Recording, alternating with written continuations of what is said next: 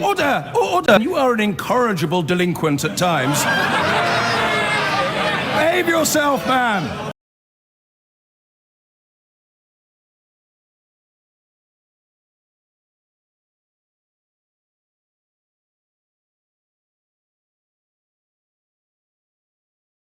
If I said to you that it doesn't really bother me that much, I'd hope you'd know that, therefore, well, it can't possibly be drugs or weapons then. But what could it be? What would you most want to be delivered into prison? That's almost like a Norfolk digital phone-in show. If you were stuck in prison, what would you most want to be delivered in by drone? I think these lads in Ireland, these inmates in Ireland, have...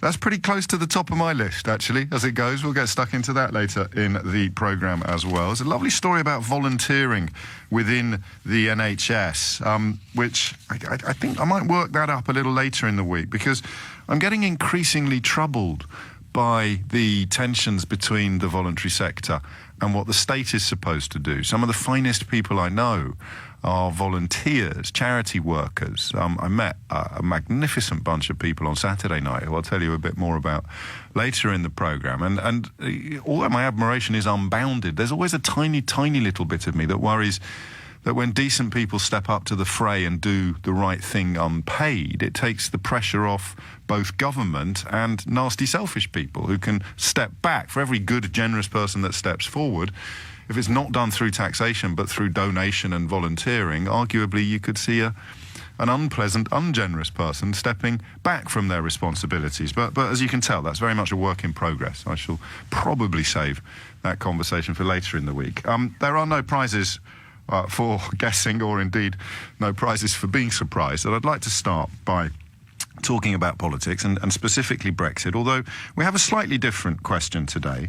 Isn't it odd that the Conservative Party has now essentially descended into a circular firing squad over Brexit? And it's certainly not Leave versus Remain. It'd be tempting for the headline writers today to set Philip Hammond up as the major critic of Boris Johnson, and he's given a rather winning interview to the Daily Mail in which he pins down precisely Boris Johnson's sort of fraudulence and prevarication. It's quite interesting as a radio phone-in host, a relative irrelevance on the stage of national politics, to hear some of one's phrases echoing out of the Conservative Party conference. George Freeman, the housing minister yesterday, was talking about how it's impossible to expect people to support capitalism if the housing market has rendered them incapable of ever accruing any capital.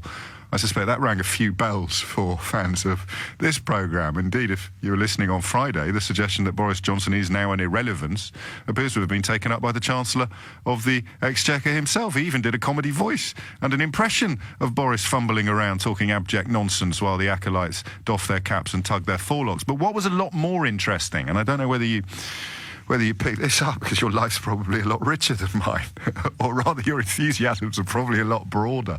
Oh, man alive. Oh, listen. All right, come here a minute. By now, I thought I'd be embarrassed, okay? But by now, every time we doubled down on how nuts everything was getting, I thought eventually the Emperor will turn out to be wearing a flesh-coloured body stocking, or eventually it will become the case that there was sort of movements going on behind the scenes that the likes of you and me were just too sort of common and ordinary to know about, and actually there was a fantastic rabbit that had been previously unsuspected, and it was about to be pulled out of the hat, and it wasn't going to be the absolute mess that people like me began increasingly over the course of the last 2.5 years to fear it would be. We've now reached the point, astonishingly, where people who are being proved right about Brexit are even more unhappy about being proved right than all the people who used to insist we were wrong. Now, that in many ways sums everything up, doesn't it? Jacob Rees-Mogg this morning talking undiluted nonsense about cheaper food and tariffs. There's a rather good article on the BBC website which operates under the headline, "Why do we have such cheap food? Why is our food on average 8% cheaper than other European Union countries? Indeed, the only country in what you could loosely describe as the civilised world that has cheaper food is America. And why do they have cheaper food? Have a look at maggots. Have a look at the American food regulations and how many maggots you're allowed in certain weights of certain products, and then you might get an idea of why regulating food production is actually quite a good idea. Let them eat maggots could be a loose translation of some of Mr. Rees-Mogg's pronouncements this morning. So what I mean by the circular firing squad is that Digby Jones had a fairly large crack. I think I might rephrase that. Digby Jones took a rather large pot shot at... Don't corpse. You can't corpse at your own lines. Digby Jones took a Digby Jones has a rather large crack at Boris Johnson at the Conservative Party conference, and of course they're both ignoramuses. They're both. I mean, one of them is a snake oil salesman. One of them is a provincial solicitor. They've both peddled Brexit to the British public, and as reality begins to bite, they are going to turn on each other. It's fascinating to watch, and that's why Digby Jones having a rather large crack at Boris Johnson was much more interesting this weekend than Philip Hammond doing so. Because if, as Philip Hammond clearly is, you are historically allied to thinking that leaving the European Union is a stupid idea, you're a very easy target. You can say, oh, it's all going so badly because you never wanted to leave at all, which is palpable nonsense. But if you're a unicornist in desperate need of a fig leaf, you'll take whatever they've got. Remember when I said to you a few months ago that every time reality bites, they have to come up with an ever more implausible idea to avoid admitting to you that it's all gone wrong? This weekend, Boris Johnson suggested that we build a bridge to Ireland. Theresa May suggested that we have a big party. So it's bridge versus party. Classical scholars, those who are proper fans of the classics rather than slightly moonstruck plebs who were impressed when Boris Johnson and Jacob Rees-Mogg employ Latin, I think the phrase would be pontem et circumcensis, would it? When Juvenal wrote about bread and circuses, it was panem being the word for bread. But if you looked at the front page of the Sunday Times yesterday, it would have been impossible to avoid the observation that what Theresa May and Boris Johnson were offering to the British public was bridge and circuses, as opposed to bread and circuses. 11 minutes after 10, and I've just done a joke in Latin. Oh yes, must be Monday. So Digby Jones had a crack at Boris Johnson, a rather large crack. I promise I won't say that again this morning. And that is, again, something that has seemed inevitable to many of us for a year or two now. Eventually, they're going to have to start taking shots at each other. And what it highlights is something genuinely fascinating. You know that phrase, will of the people? Okay, you remember when it first became into the public vocabulary, into public parlance, and it was around the same time, I think, that Brexit means Brexit began to gain some capital. Both utterly fatuous slogans, but fig leaves, things that allowed people to avoid meaningful debate or to avoid detail or to avoid answering difficult questions. You could just say, no, it's the will of the people. And it was quite a powerful rhetorical device. The clumsy ones often are, because they shut out detail, they shut out nuance, they shut out the light. They just allow people to keep their blinkers firmly on. So you could offer up to somebody everything from the government's own impact analyses through to the governor of the Bank of England, through to the CBI, through to just about every employer in the country. And rather than take on board what they were saying, you could say, the will of the people. And somehow, if the journalist involved was probably not as well informed as they should have been, that could allow you to shut it down. Similarly, you could be given lots and lots of evidence and detail, but if you respond to it by saying, Brexit means Brexit, which was Theresa May's first line almost as Prime Minister, it allows you to avoid what's happening now, which is Brexit means 1 million different things to 17 million different people. Okay, this is really interesting, what we're about to ask you, because the will of the people now looks ridiculous. I'll tell you why. It's been replaced, by the way, by the phrase, control our money, our laws and our borders, which is equally meaningless and fatuous, but is the one that is currently. When you hear a politician say, it means we can control our money, our laws and our borders, and you don't hear a journalist say, well, hang on a minute, we could already control our borders. Which laws is it that you think we don't have control over? And how are we going to control our money more by having less? So those are the three questions. If you know any journalists who are falling for this claptrap from Leavers, do pass on those little tips. Because here's the thing, think about this, okay? Whatever side of the fence you're on, there are at least 5 constituencies now on the Leave side of the argument. There are the people, and I know what all of these phrases mean. An awful lot of the people championing them don't, which is, again, deeply emblematic of Brexit. You have Canada Plus, which is being punted by the biggest fraudsters, by the absolute the people who seem most likely to be in the long run the disaster capitalists, the ones that want you eating maggoty food because you're poor, and they will never have to eat food that's been deregulated or rendered less healthy and safe because they're rich. But the poorer you are, the richer they are, so eat your maggots and be grateful. Doff cap, tug, forelock. So you've got your Canada Plus proponents, which, as we know, already it's been made clear that that would involve essentially putting the Irish border in the Irish Sea, but still they bloviate. Then you've got your Norway proponents, which of course involves retaining freedom of movement, which many people find impossible to countenance, but which every single Leave voter that I know personally would be happy with. They never had a problem with immigration. They never had a problem with the free movement of workers. They just had a problem with some elements of the European Union's institutions and bureaucracy. So you've got Canada Plus, right? Then you've got Norway, or Norway Plus, call it what you will. Michael Gove is reportedly agitating in that direction, but below the parapet at the moment. You've got Chequers, which Theresa May, of course, proposes, and which Philip Hammond, with arguably sort of rather less enthusiasm, is duty-bound, I suppose, to support. So you've got, what's that? You've got Canada Plus, you've got Norway. Then you've got the people who claim that they want no deal. There are a lot of them, you know, the people who really understand nothing, and there's plenty of them in public life. I presume Nadine Dorries is pretty close to that position. So you've got the people who are Canada Plus, Norway, Chequers, no deal, right? That's 4 positions. And then you've got another constituency, which I'm not going to claim is huge, because that would be a red herring and a distraction, but we know, because they phone the programme on a regular basis, that some people have changed their mind. Some people have decided that they want to remain in the European Union after all, because, and this is an appalling failure of journalism, they didn't really know anything about it when they were persuaded that it was awful.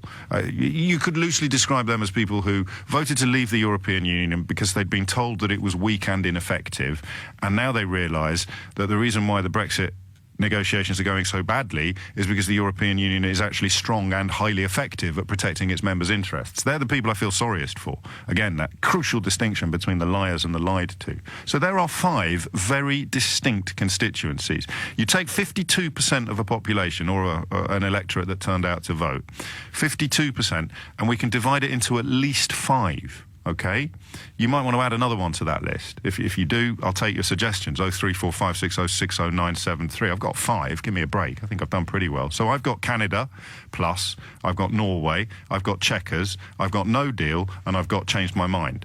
That's 5 distinct constituencies within that so-called 52%. So my question to you this morning, and if you're in one of those 5 constituencies, I'd possibly rather hear it from you than from people on the right side of history. The question is, what does the will of the people mean today, right now? What does the will of the people mean? If the people you're referring to are 52% of 100, then that means you've got 5 separate camps within the 52%, none of which are going to be as big as the 48%. By definition, they can't be, can they? So what does the will of the people mean today? And the reason I'm asking you is because I actually don't know. I mean, you can't really ring up and say it means nothing. I don't think, or can you? I don't. If you're going to ring up and say it means nothing, can you make sure you're very articulate and that you use quite long words? Because otherwise it might be a fairly futile exercise. Given that the 52%, okay, is now divisible by at least 5, and they can't agree with each other, the circular firing squad has started. It's brilliant, actually, to see. I mean, it's entertaining to see. I just wish it wasn't our country that was circling the plug hole as they all start trying to blame each other for the mess they've created. Digby Jones attacking Boris Johnson is a very crucial development in this saga. But if the 52% is now divisible by at least 5, and they're beginning to argue furiously with each other, Rees-Mogg attacking Chequers, Hammond attacking Johnson, Digby Jones attacking Boris Johnson. I mean, you see what I mean, don't you? They're attacking each other more than they're attacking the 48. What does today, 03456060973, what does the will of the people actually mean? And we may have a 6th constituency, I'm not sure. I'm Incorrigible suggests, one of my most ardent and informed contributors suggests that the free trade agreement with America and the WTO terms constitutes a sixth constituency. I'm not sure. I may be a bit behind the curve on that, but doesn't that just get filed under no deal with the European Union, and then we go off and buy all the maggoty American food that we would be duty-bound to import otherwise? So anyway, we've got 5 constituencies, all of which could be filed under leave. So in that context, I'm asking today, what precisely does the will of the people mean? And well done, whoever came up with the joke, will of the people is the Duke of Cambridge. That's actually rather good. Guy's in Tunbridge Wells. Guy, what have you got? Hello, James. Good morning to you. I just wanted to say that I think your question is based slightly on a false premise, and I think that you're criticising referendum, not the results of this referendum. If we spend this on the Remain side, there will have been a emeritus professor of economic history who will have done a huge survey and thinks we'd be better off in the EU. And there'll be some bloke who's decided to remain because he likes French cheese. The problems with referendum is they deliver a binary result. They're not going to argue with each other, are they? Well, they're still different camps. They're not. They're not going to argue. The professor might like French cheese as well, and the bloke who likes French cheese might like the emeritus professor's analysis of the situation. No, you couldn't. So we've established that the premise for my question isn't wrong. The question is simple. What does the will of the people mean when the people concerned can be split into at least 5 camps? And I'd be grateful if you answer it now. Surely in any referendum, the people who vote in a binary decision can be split into different camps, and you can seek to undermine... Well, surely, you're right, yes. So what does the will of the people mean today? Unfortunately, the will of the people still means leave. I'm not actually saying I'm in favour of it. I'm saying that you are criticising referendums themselves. But what that means... delivered a binary result. But what that means you're arguing is... You're arguing that someone who voted because they thought we'd have a Norway deal would rather leave with no deal than remain, and there's absolutely no basis for that conclusion. But I think, unfortunately... I'm not sure a lot of the people that voted in either way gave the issue the depth of thought that you currently are. That's inarguable, but the risk of being repetitive... You're seeking to subdivide a vote for a position that we may not agree with, because I'm not arguing whether I'm pro or against. Nor am I. I just want you to tell me what you think will of the people means. I think the will of the people means leave, because... So you think that someone who voted for Norway... Or believed that Norway was possible, someone in Michael Gove's sort of camp now would be happier with a no deal. They'd happier falling in line with a no deal than they would be to remain. Because we both know that's nonsense. Yeah, they've become entrenched in positions that they're forced to defend because they've built careers on it. But I'm not talking about them. I'm talking about the ordinary punters. This is the will of the people, not the will of the professional politicians. I think underpinning this whole hour is the knowledge that the will of the people means precisely nothing, and it's made a nonsense of the referendum result precisely because the binary nature of it was so absurd. But you have to say it's just the degree of it's just the degree of denial, isn't it? Now, so I'm sorry, James, I missed the last bit. It's just the degree of denial. It's how hard you're prepared to work to deny that the result is ridiculous. Now that we can see 5 different camps on one side, which is why my question is so brilliant this morning. You that argument and throw it back to you. No, but you can't, because you have to answer my question first. Could I possibly all I wanted to say is, couldn't you argue that, in fact, in order to be able to overturn a binary result of a referendum, there's no argument that the majority of people voted to leave, albeit by a small majority. Therefore, to overturn it, you have to subdivide it in order to say it doesn't have merit. And that argument is true on both sides. No, but that's the point, Guy. Forgive me for interrupting you. The will of the people absolutely conveys the idea that they all agree with each other. So I think, and forgive me if I've misinterpreted what you've said, the point you're missing is the fundamental point of my question, which perhaps is why you rang in and said that it was based on a false premise. Why I'm asking what is the will of the people is because the answer to that question is it's abject nonsense. There clearly is no will of the people when the people are the 52% that can be divided into 5. But no one who still wants to leave the European Union for emotional rather than intellectual reasons is quite ready yet to say the will of the people was an utterly meaningless slogan because, of course, until very recently, they would have been using it. So why can't you use that argument, the same argument you've used, to split the Remain vote, and you end up with a complete mess where if you would say the will of the people on both sides is meaningless, says... I can answer that, or you can accept keep that talking. completely. I can answer that, or you can keep talking. No, sorry, it's so hard on the phone because I don't mean to interrupt you. I mean, you can't split the 48% because they all voted for the same thing. Whether they did it for different reasons or not is utterly irrelevant. This is the second point that you've missed. Whether they did it for different reasons doesn't matter because they were voting to be in the same place. Norway, Canada, Chequers, No Deal, and Changed My Mind are 5 intellectually and evidentially profoundly different positions. When you made your point about professors and people who like cheese, you were arguing about reasons to get into the same room. On the other side of the fence, there are 5 different rooms. Do you see a mistake?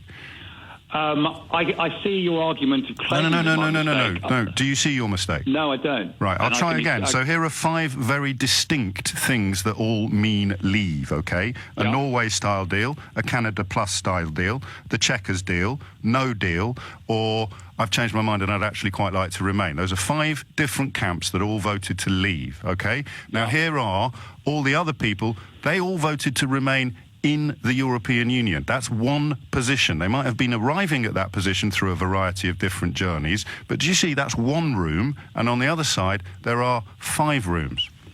I hear somebody very eloquently and creatively creating an argument. No.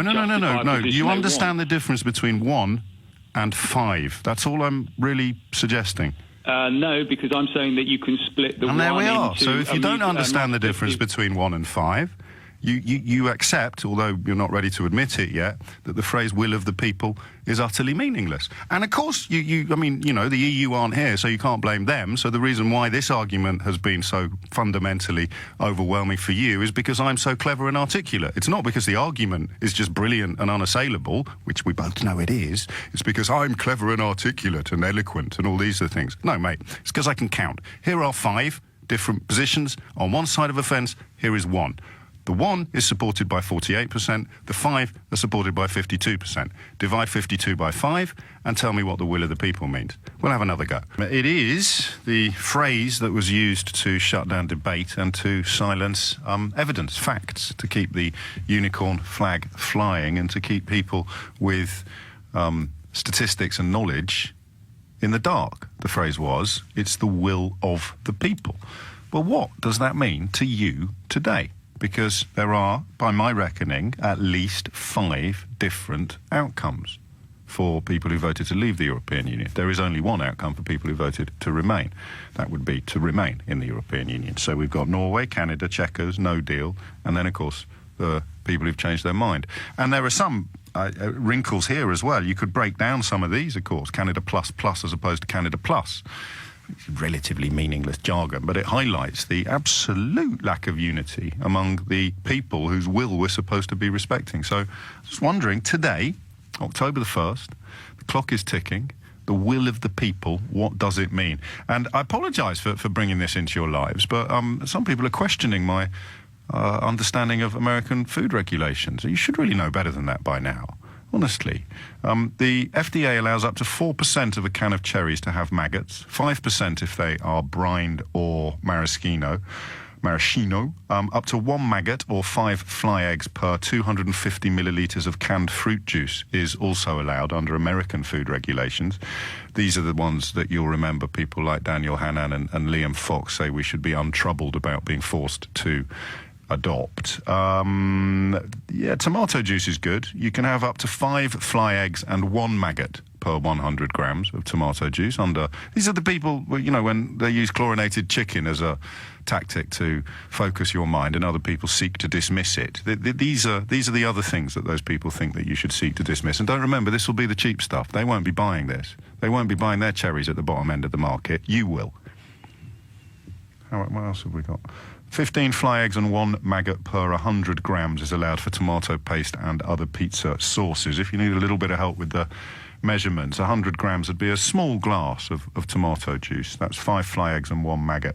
Mushrooms are really sexy. Mushrooms, you can have 20 maggots of any size per 100 grams of drained mushrooms or per 15 grams of dried mushrooms. That's 20 maggots of any size.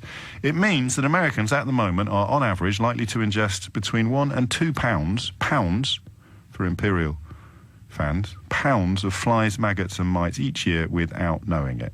Now, the FDA says that's safe, and they're probably right, and the future of protein consumption is probably going to involve more and more insects, so you're perfectly entitled to be comfortable with this, but is that really the will of the people?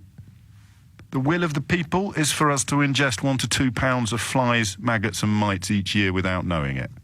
Well, yes, according to people like Jacob Rees-Mogg, that is the will of the people, and you knew you were voting for that because the free trade deal with America that they keep trumpeting would involve us adopting their standards for food regulation.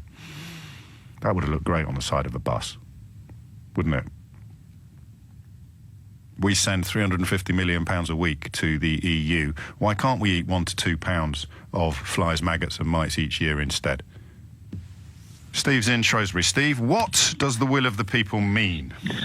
Firstly, I have to thank you so much for giving us your description of the American food regulations. Yeah, I'm sorry, I hope you weren't eating. I won't get on to guacamole. I felt violently sick already because I had to listen to Rees-Mogg earlier on today, and now you've really tipped me over the edge, so thanks for that. That's fine. Anyway, back to the question. You kind of answered it yourself when you were talking to Roy.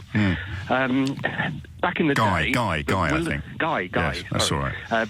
Back in the day, the will of the people was used because 52%, the majority, however slim it was, voted for Brexit. Yes. So they said, this is the will of the people. Brexit means Brexit. Well, now, as you so rightly point out, there are at least 5 camps on that side.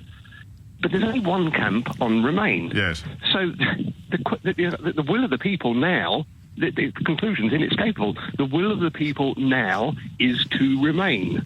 The majority of people want to remain in one single group.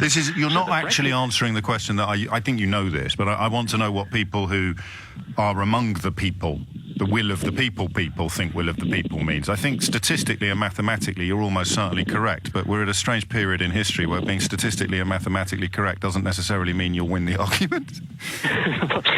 Well, that's certainly true, but I don't see how anybody can argue against that now. I mean, really, on what basis could you say, well, actually, the will of the people is to leave on this basis? I mean, you can't, but you can say, without any argument, that the will of the people, the majority of the people in a single group want to stay. But Guy argued that they will be disagreeing with each other about stuff as well. I didn't buy that argument, but I'm duty bound to repeat it to you. No, but again, the conclusion, the end result is staying where we are. So again, you use rooms, you use houses.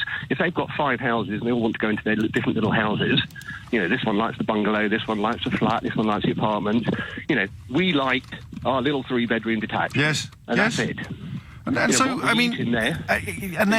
And again, I did start the programme by saying we need to create a more warm and welcoming space now for people who are feeling the scales fall from their eyes. They perhaps haven't fallen off completely. There's no need for them to be made warm and welcome. But you chat to someone like the first caller today, and you sense that just below the surface, as you kind of point out the flaws in the arguments and you dismantle the analogies about professors and people who like cheese, it's almost like they know now that the game's up. That's why Digby Jones is having a crack at Boris Johnson. It's why the actual people who voted to leave can't agree with each other about what leave means. It's why Michael Gove is essentially missing in action as a Brexiter and refusing to talk about anything Brexit related. One journalist caught him in a lift today with a microphone, and all he'd do was sort of giggle and try to talk about the environment. So they do know that the game's up, and yet what would the final push involve? Admitting that the will of the people is to stay. So, to use their phrase, they need to get over it. And if they say lots of people who voted to remain want to leave as well, you say, well, that's another good argument to have another referendum. Yes, exactly. Exactly. I mean, that's the only way to finally answer the question: is the second referendum. It feels that way, doesn't it? But then what would the question on it be? Would you have 5 choices? You can't do that, because then it's game over from the very beginning. That's why it has to be on the deal that they can agree, or on no deal, or on no Brexit. Exactly. So it's a 3-way, and then it's not binary anymore. It never was binary. Well, I know it never that. was binary. And you know that, and most of us know that, but the will of the people doesn't necessarily recognise that. Forgive me, I'm not being flippant, but how are things in Shrewsbury? I haven't been there. I know Shrewsbury. I grew up in Worcestershire, so I'm just down the road. But has the Skripal business? No, but has the Skripal business affected things like people going to restaurants and public life? No. Good. That's the kind of journalism we need more of in this country. Ed is in Plymouth. Ed, what would you like to say? Hi there, James. How are you? I'm very well, mate. What's on your mind? So, yeah, I agree with you that the will of the people as a phrase is meaningless. And in my opinion, the reason I think that, and you've alluded to it already, is because the people who use that phrase, people like Boris Johnson and Theresa May, they're so detached and disengaged from what you might phrase as ordinary people. They're millionaires. Yes, but they're furious with each other at the moment. So your point's doubly strong, because the will of the people is something that is being mooted by two people who clearly can't agree with each other. And the front page of the Sunday Times yesterday was an absolute masterpiece. A quick nod to my old mate Tim Shipman. I don't think there's anyone else in British journalism that could get exclusive interviews with both of them and turn them into a sort of mash-up on the front page of the Sunday Times. But how interesting that the two people you've cited are the best available examples of two people who can't agree with each other while both claiming to represent the will of the same people. Oh, my God, everything's gone nuts. Well, precisely, and you use the example of food and how they're not going to be the ones eating it in the same way as Boris Johnson was campaigning for, more money for the NHS, allegedly. I would be willing to bet quite a lot that he doesn't need to use the NHS because he's got private health insurance. So, and again, it comes to this thing of it's just complete disengagement. What does will of the people mean, then? It means precisely nothing, in my opinion. It's just a meaningless tautology. I think it's worse than that. I think it does mean something. It means the kind of continuing duping of the British public, the continuing promotion of self-interest and fraud in the name of democracy. What does the will of the people mean if the people it refers to can be split into at least 5 camps? And there is no way, please don't insult yourself and your own intelligence by arguing that somebody who was hoping for a Norway-style arrangement where effectively we're still in the single market, or a Switzerland-style arrangement where we're in the customs union, but by all intents and purposes we're still in the single market. No one who argued for that would rather crash out with no deal and maggoty food than remain in. So, I mean, you do sometimes wonder why these things still need pointing out. These are strange times. The author Robert Harris tweeted over the weekend, I never thought I'd say this, but I really miss the dull old sensible Tory party, suspicious of ideology and in which a history of repeated adultery and lying and poor judgment would disqualify a man from consideration for its leadership. You remember when Cecil Parkinson had to step down from the cabinet because he'd impregnated his secretary? Seems like a million miles away from the Conservative Party of Boris Johnson, doesn't it? Really does. 10:49 is the time. Speaking of the Conservative Party, their conference is underway. You won't be surprised to learn that I'm not there. But you may be surprised to learn that the top line that the news organisations seem to have been able to pull so far from proceedings is that Theresa May is set to announce a ban on restaurant owners taking a share of tips, something that the Labour Party announced in June.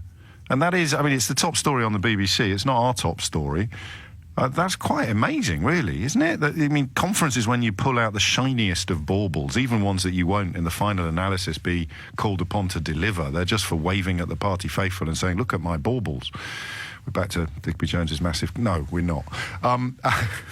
Stop it. Stop it. Turning into Steve Allen. And the point being, of course, that if the biggest bauble they've got is something that Jeremy Corbyn unveiled...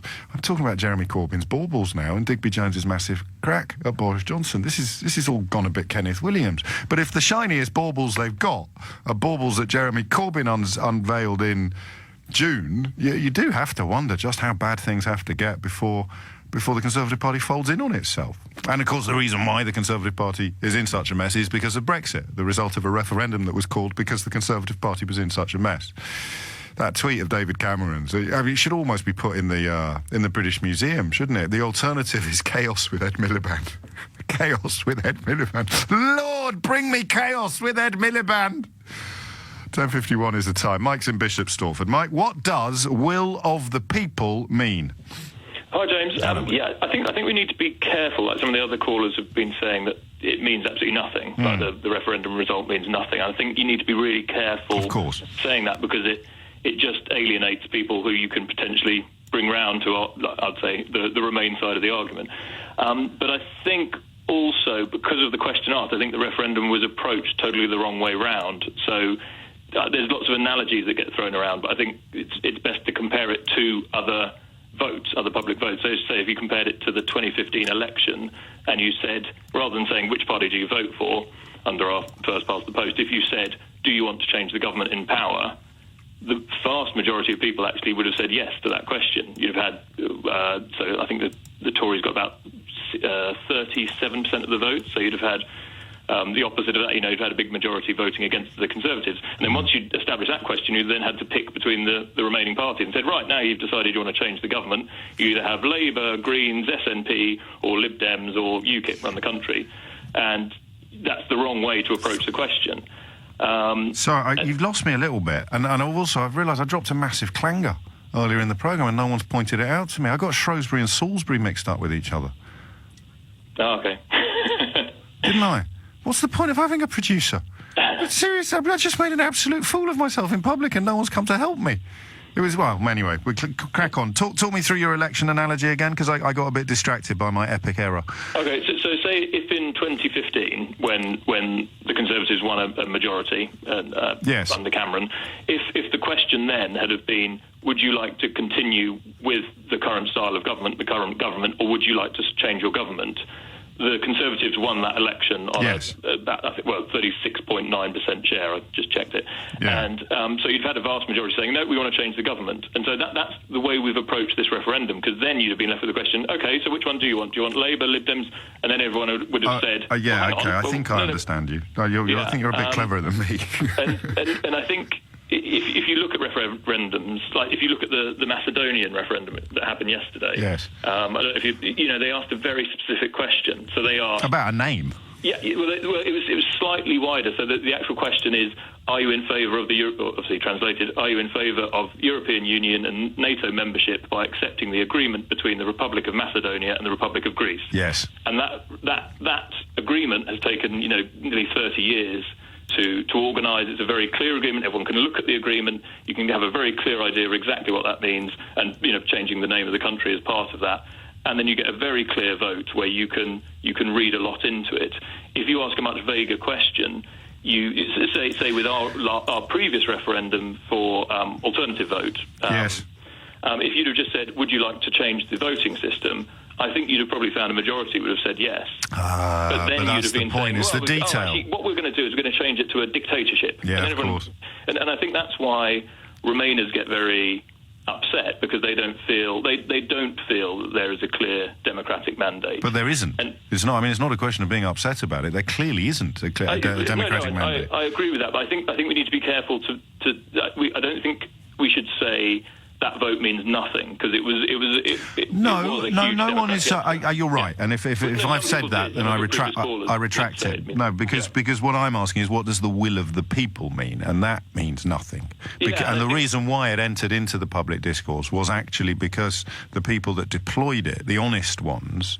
Or actually, that doesn't quite work. The less dishonest ones, the pragmatic ones, as opposed to the unicornists, they knew what you've just said. They knew that this reality, this reckoning, was probably inevitable. They desperately hoped it wouldn't be, rushed headlong into it by triggering Article 50 far too early, and hoped that something would come up, in the words of Mr. McCorber. So they kept saying the will of the people in order to just sort of keep Judgment Day at arm's length. It's always been, from the very start, I mean, it was a political device thrown into the 2015 election. I think Dominic Cummings said before the referendum that the worst thing they could do would be to get involved in a debate about what the detail of Brexit would involve, what it would actually look like, because then all the people on his side of the argument, and he was the man running the Vote Leave campaign, all the people on his side of the argument would start arguing with each other. And he would know, the more immersed you were in Eurosceptic ideology, the more conscious you would be of the fact that they could rarely agree with each other about anything. And can I just run Please, quickly? yes, I don't want to take too much time, but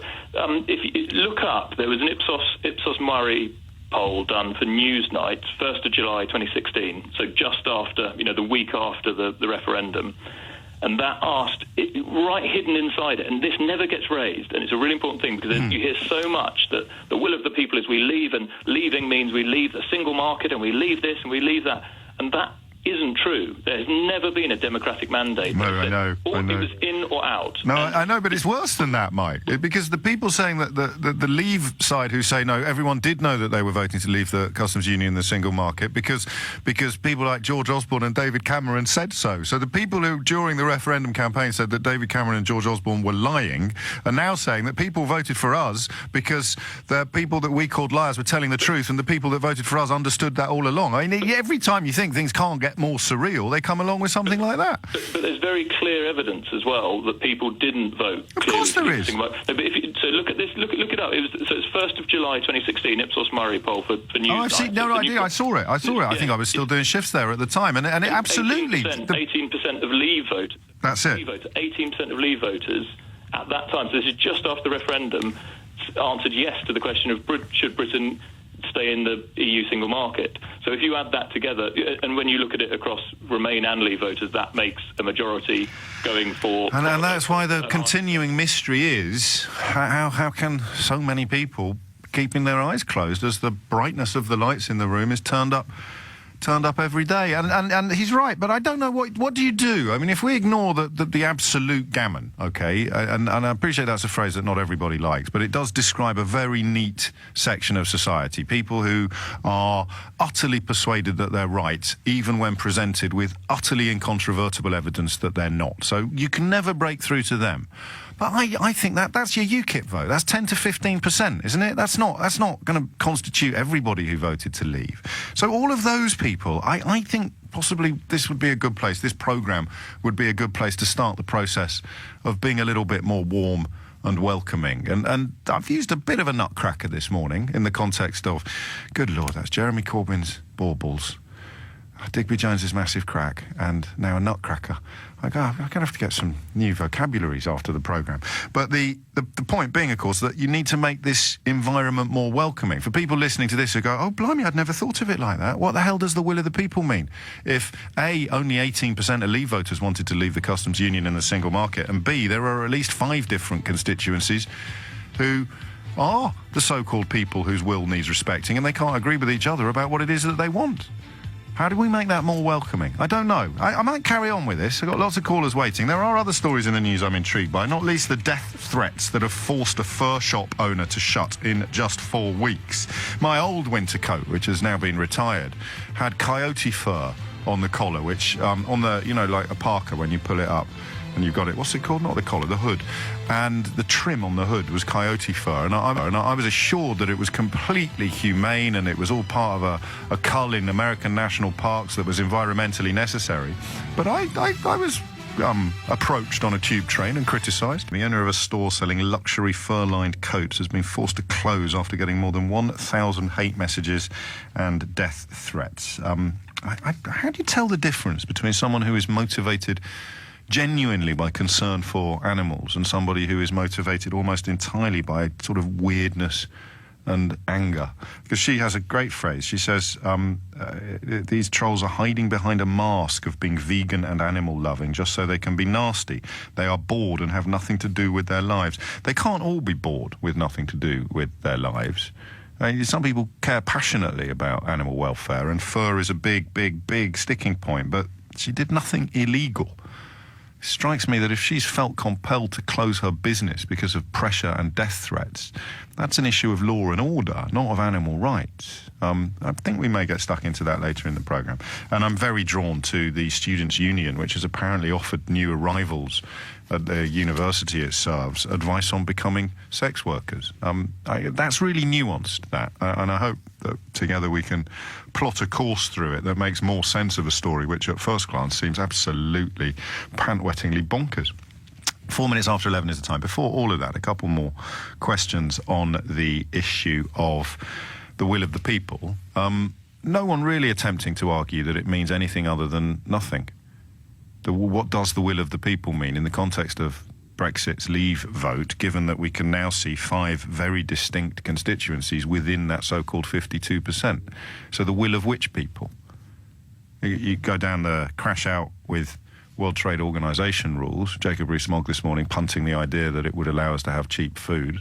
You know, if he's not aware that we currently have the cheapest food in the European Union, by an average of about 8%, then I think his late father is entitled to a refund on the old school fees, frankly. So presumably he is aware of it. He just pretends not to be, because it won't be him that's eating food imported under American regulations, which allows or sees Americans eat between 1 and 2 pounds of maggots, mites and insect larvae every year.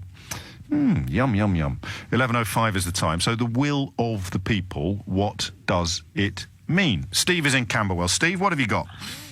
Morning, James. Hello, yes, Steve. I think the first thing I'd say is you've been winning the economic argument hands down, and I've enjoyed listening to you talking about that. But I think we haven't contested the meaning of the will of the people. I don't think it means nothing. It's actually quite a powerful thing. But if you look at the actual facts, first of all, we didn't vote to leave the single market or the customs union. We only voted for what it said on the ballot paper, and as a previous caller said, it's not what David Cameron said it meant.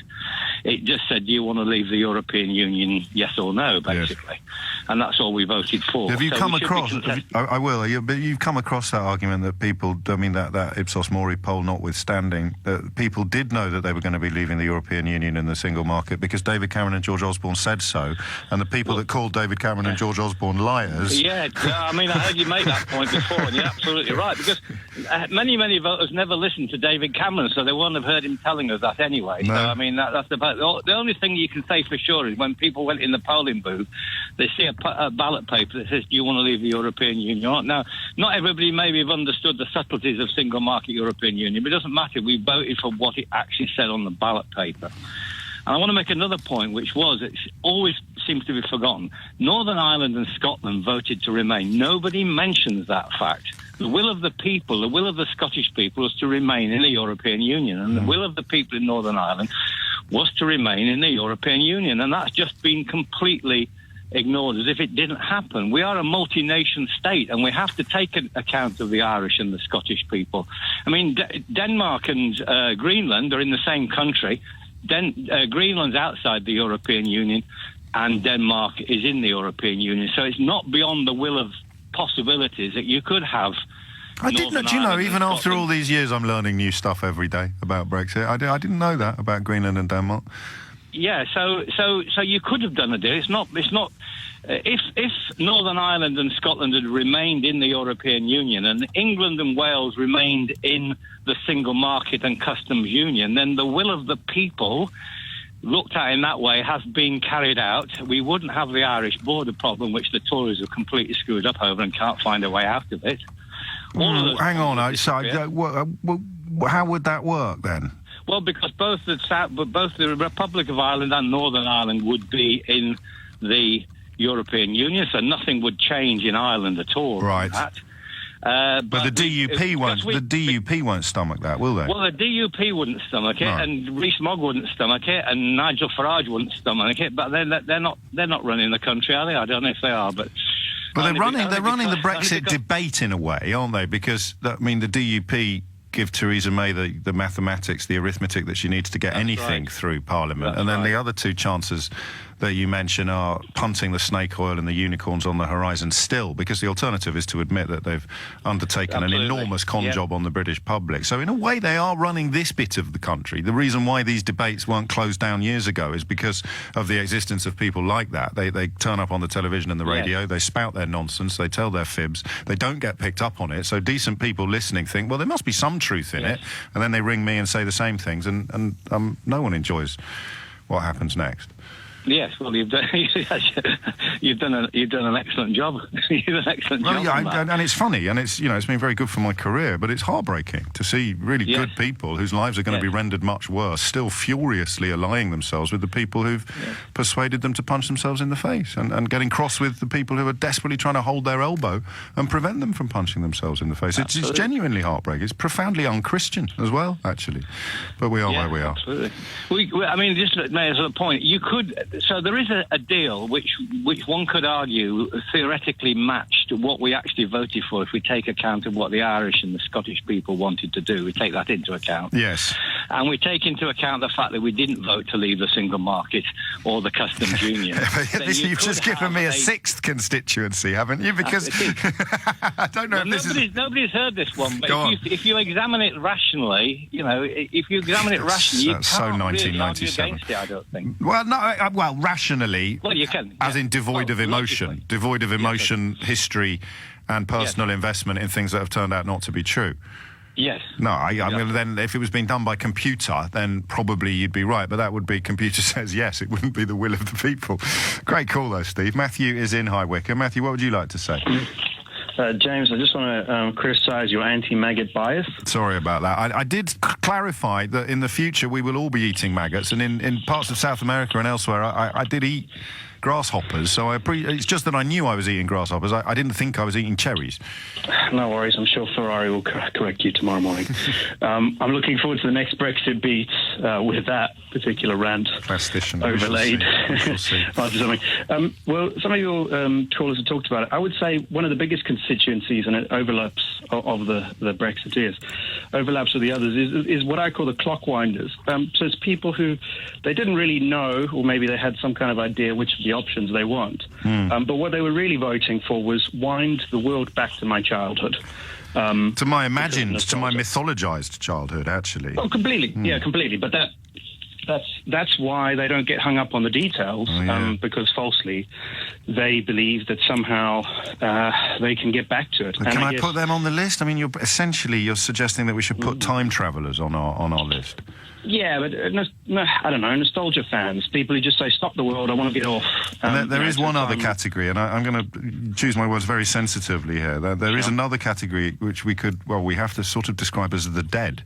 So there are plenty of people whose will we're being told we have to respect because they voted to leave, but they're not actually with us anymore. And everyone agrees that statistically leave is much better represented at the end of life expectancy than it is at the younger reaches of society. I'm looking forward to Twitter accusing you of bashing old people. Yeah, well, I'm talking about the dead people. I'm not bashing anybody. I'm just counting. Yeah, sure. And that is so. No, you're right. Nostalgia fans. I'm not going to hear what you're actually saying. They're going to hear what they think you're saying. Is what I'm going to say. Anyway, personally, I favour a Canada double plus good deal. Right. Heavily inspired by 1984, which of course would give us all of the benefits of now, but outside of the European Union. Yeah, I think you're being a little facetious, aren't you? Completely. Yes. But what I would let me quickly run on something. Go on. Did you see Peston versus Johnson? What do you possibly mean this? Manufacturers, because they simply can't move their parts in and out of the country in the way that they need to, and they would be very significantly damaged. Well, I disagree with that. And why? The evidence is very clear. From where? Across the world, where you have just-in-time supply, across Southeast Asia, for instance, and indeed in our own continent, you have just-in-time supply chains that in the aeronautical industry, for instance, the motor manufacturing industry, which is all based on membership of the single market. No, they're not. It is. Well, then they're not. With great respect, Robert, they're not. Okay, give me an example. I went to somewhere on this continent that is not in the EU and not part of the single market, which is benefiting from just-in-time manufacturing. Switzerland. Switzerland is effectively in the single market. You know that by the multiplicity. Switzerland. It is effectively in the single market. You know that it is. There are plenty of. Let me give you an example. If you look at the. You asked for on this continent. I'll give you an example. Not on this continent. If you look at the aeronautical industry, where you have very, very sensitive just-in-time supply chains, it is already the case that components move just as fluidly from Singapore into Dahlewitz in Berlin, across to Derby or wherever Rolls-Royce assembles them, and then back again. It is completely fluid. You're right, because the bit that matters in this bit is the bit between Germany in the No, it's UK, not true. which you just used as an example. I don't know why you're continuing to treat this as a matter of hilarity. It's not hilarity, it's worrying. Well, because you're a comedian. Did you mean that, Matthew? Yeah. So that was really good from Pester, and a lot of people commended him. I would give him a B+. He must try harder.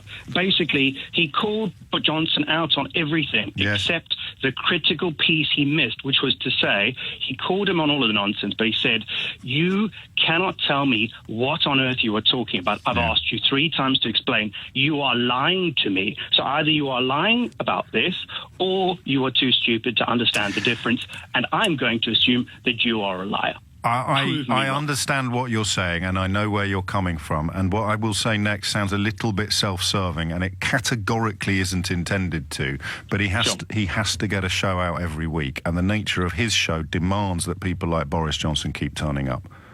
Okay, and I do understand that there is an issue about access. I'm not accusing Teston of being weak. That was pretty strong. I've been waiting 2 years for "give me an example" to become the catchphrase of the British media whenever they're talking to Brexiters.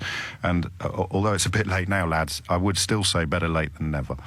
Yeah, or don't call them directly. I would say, if you cannot explain it to me simply, I am going to assume that you either do not know or you are lying. Yeah, that's probably fair. And of course, also, the one word he probably should have reached for instead of a multiplicity of deals. But this is 2020 hindsight. Anyone can do a better job in retrospect. Esprit d'escalier, as the French call it. But of course, Switzerland's in Schengen. So Boris Johnson's effectively suggesting that the will of the people is that we retain freedom of movement of workers. And it's so easy to do, which is why none of them ever talk to me. It takes me nearly an hour and a half. I'm supposed to do it before a break and then give you the answer after a break. So before a break, I'm going to say, and in a minute, I'll tell you what prisoners in Dublin are doing, what they're using drones for, not drugs and weapons and spice and what have you. Well, it is spice in a sense. What prisoners in Dublin are using, and then I just forget all about it until I start getting angry texts saying, look, I haven't gone to work yet. What are prisoners in Dublin using drones for, O'Brien? And I sort of go, well, I must be very good at this old hook and tease business because you haven't gone to work yet. But equally, I'm not very good at it because I haven't given you the answer. Chinese takeaways. If I ever ended up in prison and you ever wanted to deliver something to me by drone, I would love you to send me a Chinese takeaway. I don't want any of your drugs or your guns or your I'd quite like a mobile phone, actually, so I can call home. But generally, it's a bit like boarding school, I presume, and it's the constant gnawing hunger, institutional food. A Chinese takeaway. If you could have delivered a Chinese takeaway to my boarding school in 1989, I would have paid 5 times what it was worth. I used to do that sometimes. I used to do a run over the wall to the local town, the bakers in the local town, and buy large custard flans and cakes. And if you got caught, you could have got suspended. So you could charge 3 or 4 times what the cakes cost to take the risk of going into town to get the cake. So just so you know, if I do ever end up in prison, do send me some Chinese takeaways. It happened after staff found discarded containers in a bin in the yard of the jail, and prison guards now believe the contraband was delivered by a drone. Nice little story in the Irish Mirror. There's no other conceivable way a Chinese takeaway could get into the prison other than by a drone. Now that sounded to me like a challenge. What about tunnels? Don't these people watch films? Is there any other conceivable way a Chinese takeaway could get into the prison other than by a drone? Couldn't people have thrown their empty cartons over the wall in a fit of pique, and then a community-minded prisoner decided to clean up the yard in order to keep things a little bit tidier and more hygienic? Is there any other way that an Irish prison could have seen Chinese takeaway make its way through its defences other than by drone? And yes, I know, that was lovely when was it Matthew in High Wycombe who said, did you see Boris Johnson on Pester? We had 2 clips prepared today, and now that we're moving on from the other subject, I'm going to play you the other clip anyway, because I always forget that I've got the clips prepared. That was absolutely poetic. Did you see that clip of Pester? Then Ivan literally just has to, I start waving frantically saying, did we remember to do that clip? Because that's the one I told you to do. And Ivan's face lights up like a Christmas Christmas tree, and he presses the button, and there is the clip that the caller mentioned. Just for the avoidance of doubt, there's no earthly way that we can do that unless we've already got the clip prepared. The other clip involving Boris Johnson this weekend was another journalist who is, at the moment, covering himself in glory and refusing to tug forelock, doff cap, not ask difficult questions. I'll tell you what, Krishnan Gurumurthy is precisely the kind of journalist that would never be sending texts to people like Boris Johnson promising to go gentle and providing him with a long list of the questions that he was about to ask. Here he is tackling Boris Johnson at the weekend. Hello, Mr. Johnson. Could we have a word about your Brexit plan, please? Hi, Chris. Could we have a little word about your Brexit plan? A lot of people think it would put the Northern Ireland peace process at risk. Do you think it would? I'll say, Chris. Could you give us a word? Because you sort of excluded us, yes. No, I'm saying, listen, Christian, here, can I give you this? Which is... Yeah, I've read it. I'd like to ask a few questions about it. Why don't you read it? I have read it. I've read it, and I'd like to ask you some questions. Do you think the Northern Ireland peace process would be at risk because you do risk a hard border here? No, I think on the contrary, this is the way to avoid any kind of border at all, and that's what both sides want to do. So, why do you think Europe would accept it as an idea? Well, because if you remember, it was actually what originally they were expecting from us, and it's actually what the Prime Minister outlined to begin with in her language. But they wanted us to put the border in the Irish Sea, not this. Which is completely wrong. If you don't, I think your best bet, Christian, I've read it, is to read it to your viewers. I've read it. It may take half an hour. They would love it. Nobody thinks it's a realistic plan because they don't think Ireland would accept it. The EU does. Don't run away. We want to ask you some serious questions because you've just done a load of interviews. Why don't you talk to Channel 4 and answer a couple of questions? This is absurd. You want to have a serious conversation about Brexit and then you ride off without talking to us. I want you to take the trouble to read. We have read it, Boris. We want to ask you some questions. Why can't you answer any serious questions? Oops. There he is. Don't run away. Why can't you answer any serious questions? That will be on the tombstone of the United Kingdom, I suspect, with a little cartoon of Boris Johnson accompanying it. 25 minutes after 11. I love it when this happened. If we really had a call that took my last question seriously, someone's going to argue about how they could have got Chinese food into a prison that wasn't by drone, or is someone yanking our proverbial? I'll find out shortly, because I want to turn your attention next to an altogether different question. Death threats forcing a fur shop owner to shut in just 4 weeks. Look, I've moved a lot on animal rights. You know that I have. I used to be a bit of a Burke, to be honest with you. It's important to be able to admit that, I think, in life. If you can never admit when you've been a bit of a Burke, you end up doing things like Brexit. So it was born of a slight degree of pleasure in how wound up everybody got. I mean, we're all perhaps capable of that. You see someone blowing a gasket and you derive a certain degree of amusement from it, as long as they're not hurting themselves. And also, I used to very passionately contend that caring unduly about animals was often a position adopted by people who didn't care duly or enough about humans. Very odd. In terms of being too close to your pet, I used to argue, because I used to believe it would be because human relationships are very difficult. They involve compromise. They involve admitting that you're wrong. They involve saying sorry. They involve, apart from Brexit, I guess, but they involve give and take. You know, all the most valuable relationships involve give and take. If you're somebody who's incapable of doing something you don't really want to do because it makes someone you love happy, then you are probably doomed never to have a full and meaningful relationship. Or you're going to end up either being a doormat or being the overbearing, oppressive partner of a doormat. And those kind of people often seem to me to be the ones that would tell me they loved their cats more than they loved their siblings or more than they loved their parents. And instead of feeling enormously sorry for somebody whose life had led them to such an ugly past, I used to laugh at them. And I think that was probably wrong. Although there are still some elements of animal rights activism that I find more amusing than intellectually challenging. That the central thrust is compassion.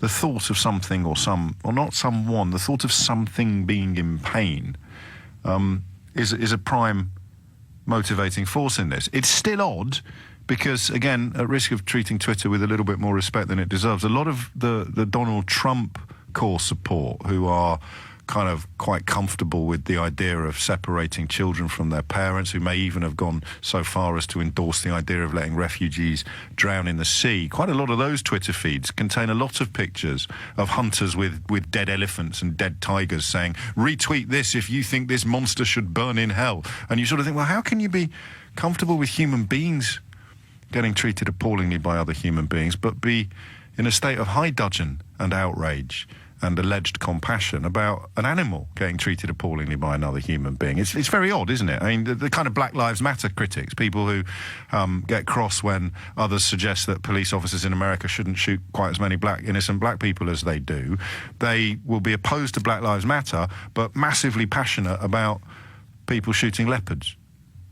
It's a bit odd, no? Isn't it? I mean, it is to me, anyway. So with that caveat, and I'm not now getting into bed with all animal rights people, with that caveat, I want you to tell me two things. The first is whether or not, and you can answer this question with a no, can you tell the difference between somebody who is genuinely and sincerely compassionate about animals, okay, and that's why they get involved in activism, and somebody who I think neatly fits the description offered up by Faye Rogers, a 28-year-old who's just closed her fur shop after 4 weeks because of death threats and other abuses.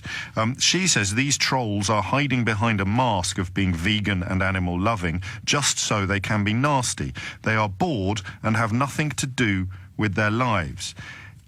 I think she's right. Some of them will definitely be deserving of that description, but some of them won't be, will they? So what is the difference? And how can an ordinary Joe like me, or you, how can we tell the difference? That's question number one. Question number two is, should she really have been pushed into a position where she's had to close down her business and essentially compromise her livelihood because of a disagreement with other people about what is acceptable but what is incontrovertibly permissible under the law? I think the people that have forced her to close down her shop should be prosecuted. But I also think that you're perfectly entitled to object in some way to the use of animal fur in clothes. And if you're very, very, very good, I shall tell you more after this about my coyote fur trim. We move on now to something completely different. A story that